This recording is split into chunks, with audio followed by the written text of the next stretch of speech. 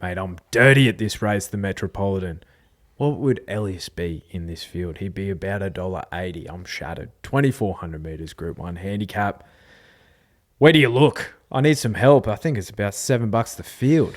Oh, if you're asking me for help, mate, you're asking in the wrong direction.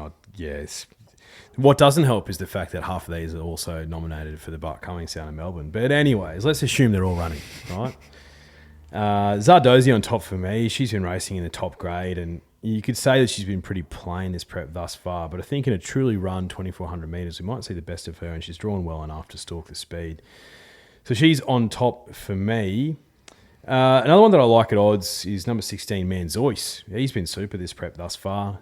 Gets out to a distance that looks good for him. Very lightly weighted, Manzoice. So he's in my numbers. Berkshire Breeze, if he does run here, he'll roll forward. I think he ran well enough last start despite being sort of dragged back. So Berkshire Breeze in my numbers. And then what's Alegron done wrong? Nothing.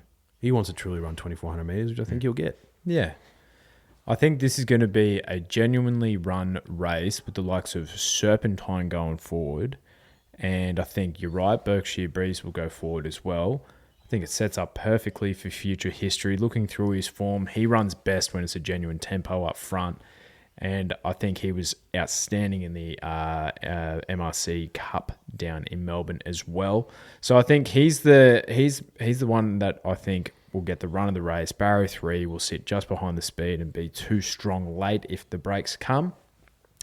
You're right about Manzoice, though. I think he's ticking along very nicely. He hasn't won for a while, 100 weeks in fact.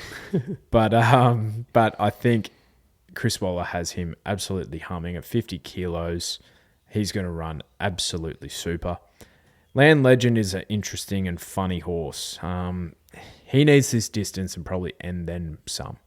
So at 51 kilos, barrier 7, with Reece Jones in the saddle, probably needed to see a little bit more from him last start, but I wouldn't be totally shocked if he won.